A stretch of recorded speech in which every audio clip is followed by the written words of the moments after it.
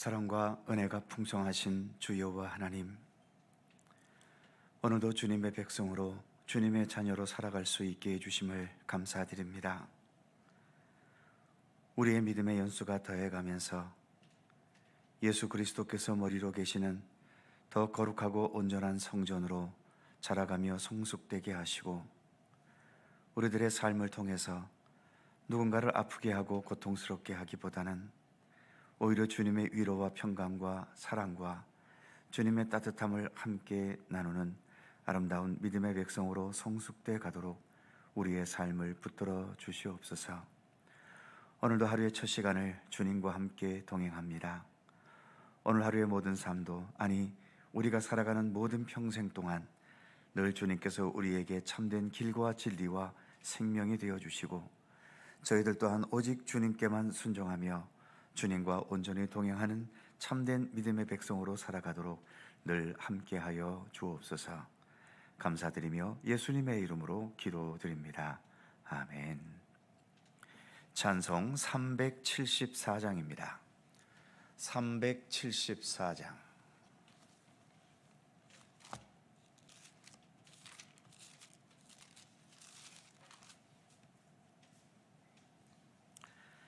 (374장) 함께 찬송합니다. 나의 믿음 약할 때 주가 붙드네, 마귀 나를 꾀일 때 주가 붙드네, 나를 붙드네, 나를 붙드네. 사랑하는 나의 주 나를 붙드네,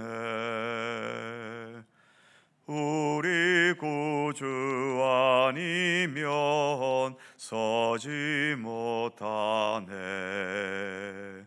나의 사랑 식을 때 주가 붙드네, 나를 붙드네, 나를 붙드네. 사랑하는 나의 주 나를 붙드네, 나를 귀히 보시고 항상 붙드네, 구원 얻은 사람을 항상 붙드네, 나를 붙드네, 나를 붙드네. 사랑하는 나의 주 나를 붙드네, 나의 영혼 약할 때 주가 붙드네, 피를 흘려 샀으니 주가 붙드네, 나를 붙드네, 나를 붙드네. 사랑하는 나의 주 나를 붙드네.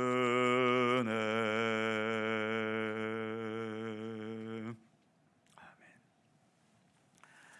디모데후서 4장 14절입니다. 신약성경 346면 디모데후서 4장 14절에서 16절까지의 말씀입니다. 디모데후서 4장 14절에서 16절까지 세 개의 절을 다 함께 한 목소리로 봉독합니다.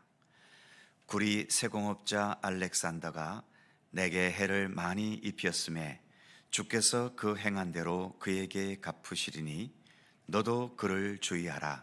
그가 우리 말을 심히 대적하였느니라. 내가 처음 변명할 때에 나와 함께 한 자가 하나도 없고 다 나를 버렸으나 그들에게 허물을 돌리지 않기를 원하노라.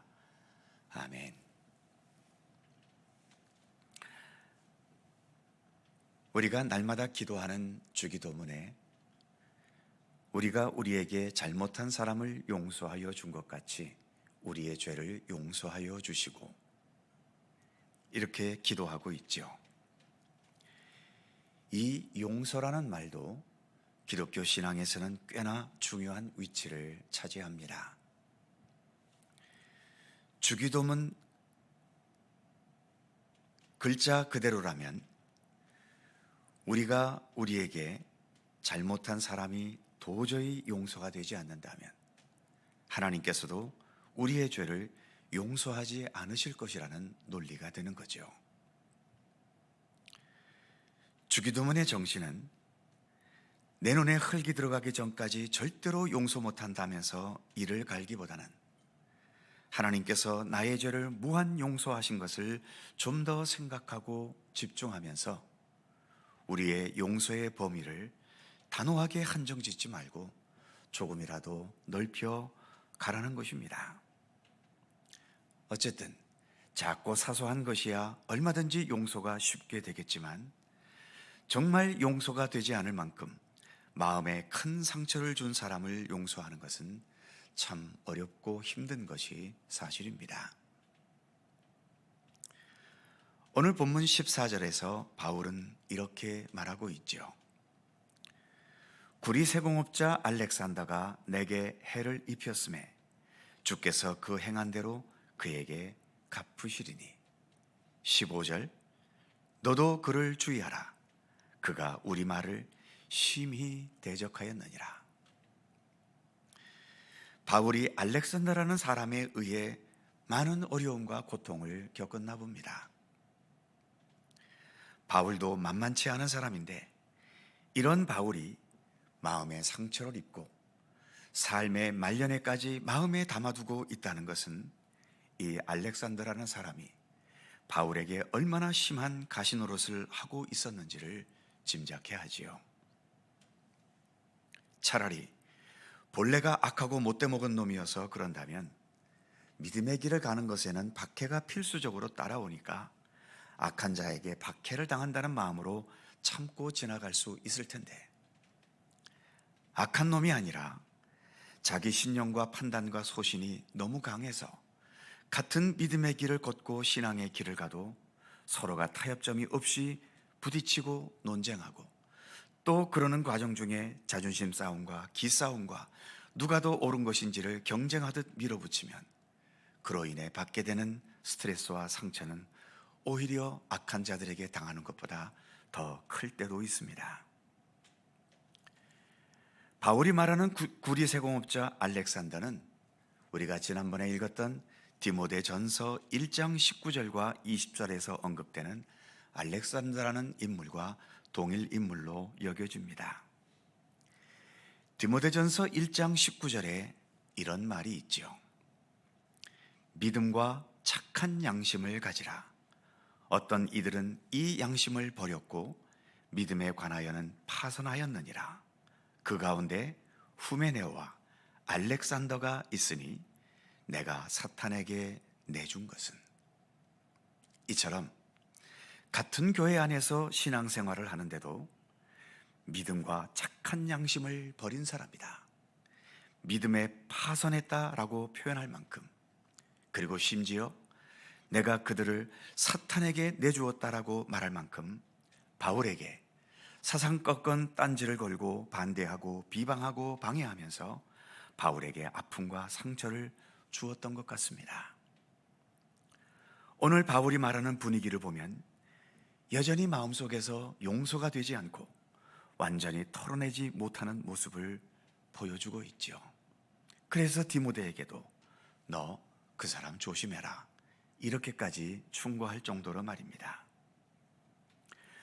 바울과 같이 위대한 사도들도 상처 입고 나를 힘들게 한 사람에 대해서 완전하게 용서하지 못하고 이런 현실을 완전히 극복하지 못하는데, 우리 같은 평범한 사람들이 정말 밉고 증오스러운 자들을 믿음으로 용서한다는 게 말이야 쉽지만 현실적으로 사실은 얼마나 더 어렵겠습니까? 그런데 한 가지, 바울 자신이 할 수 있는 것까지는 하려고 노력하고 있는 모습도 본문은 보여줍니다. 즉, 이 악하고 나에게 상처를 준 저놈에게 내가 내 힘으로 원수를 갚으려 하지는 않았다는 거죠.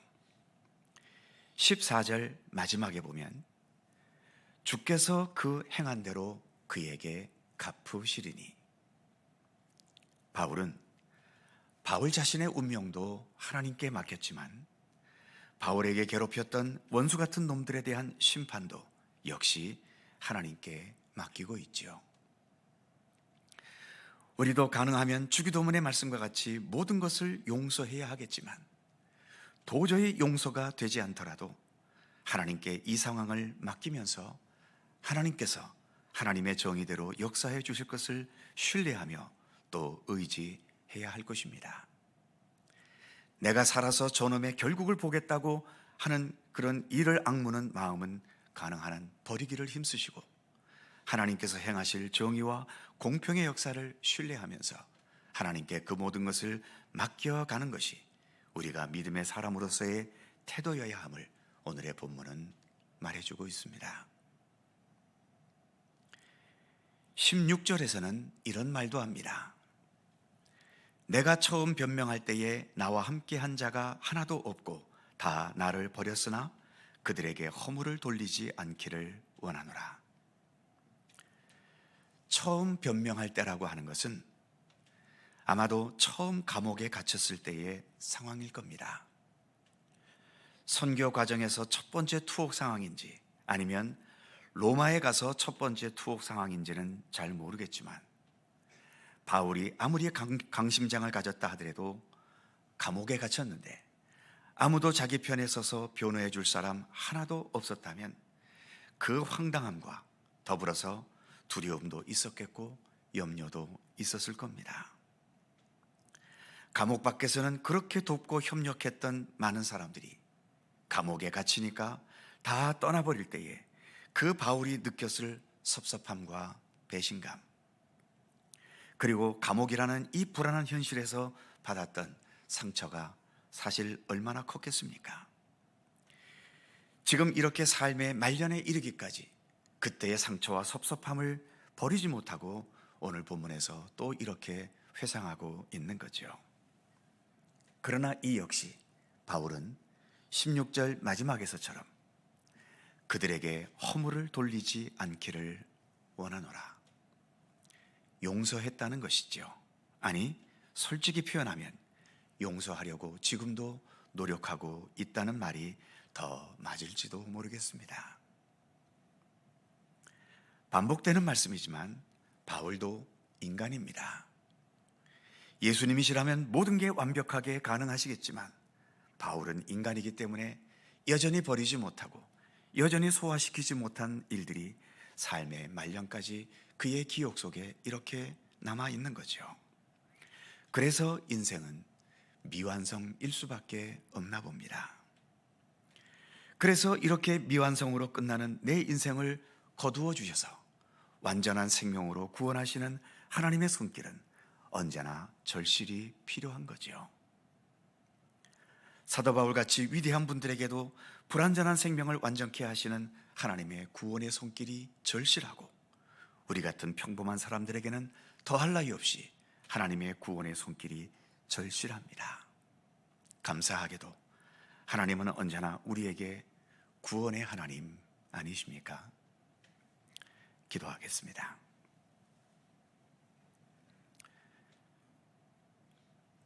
사랑과 은혜의 하나님, 이제 그의 마지막 서신인 디모데후서, 이제 그것도 끝부분을 향해 가고 있습니다. 앞부분에서는 그렇게 수준 높은 디모데가 앞으로 선교 사역을 행하고 목회 사역을 행하면서 가져야 할 여러 가지의 신앙적인 좋은 충고들을 앞부분에서 한 후에 이렇게 편지 마지막 말미에 여전히 그의 마음속에서 해결되지 못한 여러 가지 아픈 상처들을 몇 가지를 언급하는 것을 우리가 지금 읽어가고 있습니다. 오늘의 말씀에서는 구리세공업자 알렉산더라고 하는 아예 이름까지 언급해가면서 그가 얼마나 나를 고통스럽게 했는지, 그래서 너도 그 사람은 참 주의해야 된다라고 하는 그런 충고를 해야 할 만큼 여전히 바울의 마음속에 깊은 상처로 남아있는 것을 우리가 읽어봅니다. 그리고 그가 처음 투옥되었을 때에 아무도 자신을 도와주지 않아 그 감옥에서 홀로 황당하게 그 모든 상황을 헤쳐나가야 했던 그때의 상황을 돌이키면서 그때 가졌던 또 아픔과 상처를 그는 언급하고 있습니다. 어디 이것뿐이었겠습니까? 바울이 한평생 복음을 전하며 무수하게 당했던 시련과 고난과 환난들을 돌이켜보면 그만큼 바울에게도 참으로 주의 복음을 위한 위대한 삶의 아름다운 모습도 있지만 그와 비례해서 또 역시 그가 마음속에 겪었던 또 삶을 통해 그리고 육신을 통해 겪었던 여러 가지 고통과 상처와 아픔들이 무수할 수밖에 없었음을 오늘의 말씀 속에서 우리는 또 돌아보게 됩니다. 하나님, 우리가 이처럼 예수를 믿고 살지만 그렇다고 날마다 행복하게 사는 사람이 과연 누가 있겠으며 있다고 한들 얼마나 있겠습니까? 여전히 우리는 살아가면서 수없는 상처들을 겪고 내 주변 사람들로부터 이런저런 이유로 음으로 양으로 상처를 받고 아픔을 겪고 또 그들과 여러 가지 이유로 대립하면서 여러 삶의 위기와 또 어려움들을 무시로 우리는 겪으며 살아갑니다. 원하옵기는 우리에게 육신의 체력도 강해야 하듯이 우리 마음과 영혼의 체력도 강건할 수 있도록 붙들어 주시옵소서. 쉽게 상처 입지 않게 하시고 또 받은 상처를 속히 털어낼 수 있는 그러한 의지와 능력도 우리에게 허락하여 주시옵소서. 지우려 해도 지워지지 않는 아픈 상처들이 있을 때마다 하나님 우리를 어루만져 주시고 죄가 더한 것에 은혜가 더욱 넘쳤다는 로마서의 말씀과 같이 나의 상처가 있는 곳에 그 상처보다 더 큰 하나님의 사랑과 위로와 은총의 손길이 함께하고 있음을 믿고 신뢰하게 하시며 그 믿음 안에서 인내할 것을 인내하고 견딜 것을 견디고 극복할 수 있는 것을 능히 극복해 나갈 수 있는 믿음의 백성들 되게 하여 주시옵소서. 어차피 우리가 주님 앞에 설 때에는 수많은 상처의 흔적들을 가지고 주님 앞에 서지 않겠습니까? 그러나 주님께서는 그 모든 것들을 치유하시고 온전케 하셔서 가장 거룩하고 온전한 모습으로 영원한 하나님의 나라에 우리를 이르게 하실 것을 저희는 믿습니다. 그 믿음 안에서 오늘 우리가 살아야 할 삶을 더 성실하고 아름답고 진실하게 살아가기를 힘쓸 수 있는 우리 모든 믿음의 백성들 되게 하여 주시옵소서. 오늘도 새 날을 주셔서 감사합니다. 주님과 함께 오늘 하루도 시작하오니 주님께서 오늘도 우리에게 믿음의 힘과 또 사랑의 위로와 평강의 손길로 동행하시고 함께 하시며 오늘도 주 안에 굳건히 뿌리를 내리는 귀한 날의 삶이 되도록 인도해 주시옵소서. 오늘도 간절한 우리들 모두의 기도의 제목들 간구할 때마다 하나님 귀를 기울여 주시고 주님의 선하신 손길로 응답하시고 이루어 주시옵소서. 감사드리며 우리 구주 예수 그리스도의 이름으로 기도드립니다. 아멘.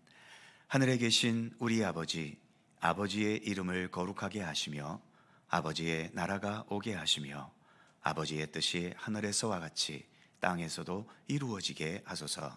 오늘 우리에게 일용할 양식을 주시고 우리가 우리에게 잘못한 사람을 용서하여 준 것 같이 우리의 죄를 용서하여 주시고 우리를 시험에 빠지지 않게 하시고 악에서 구하소서. 나라와 권능과 영광이 영원히 아버지의 것입니다. 아멘. 함께 기도하시고 자유롭게 돌아가시겠습니다.